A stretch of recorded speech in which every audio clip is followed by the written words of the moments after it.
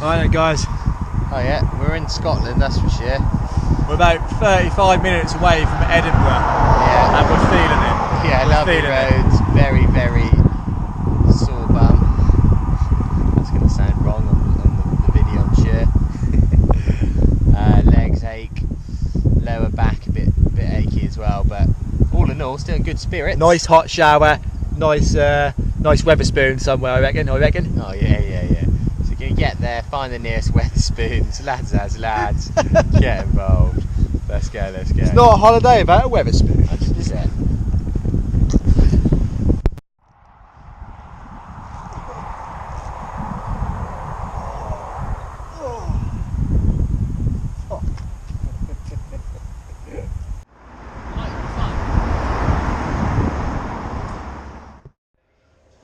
Day 3, we just had a B&B, made the most of the bed, had some showers, and then we're going out to rural Scotland and just going to camp all of it. So we're now going to go up to John O'Groat. So what's up, mate? How you feeling, bud?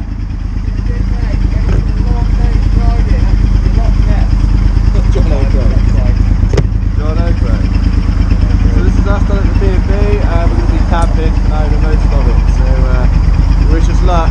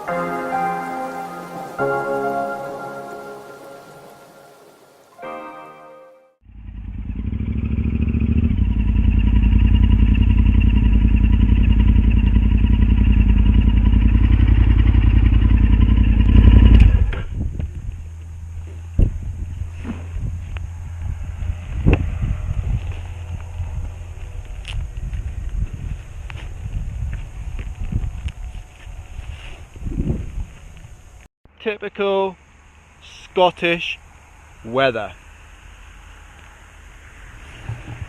Brad, what do you think of the rain, mate? I think it's quite nice that we experienced the rain in Scotland, because I wasn't really expecting it, to be honest. Loving it. Yeah. Loving it. Nice. Hello, it's me!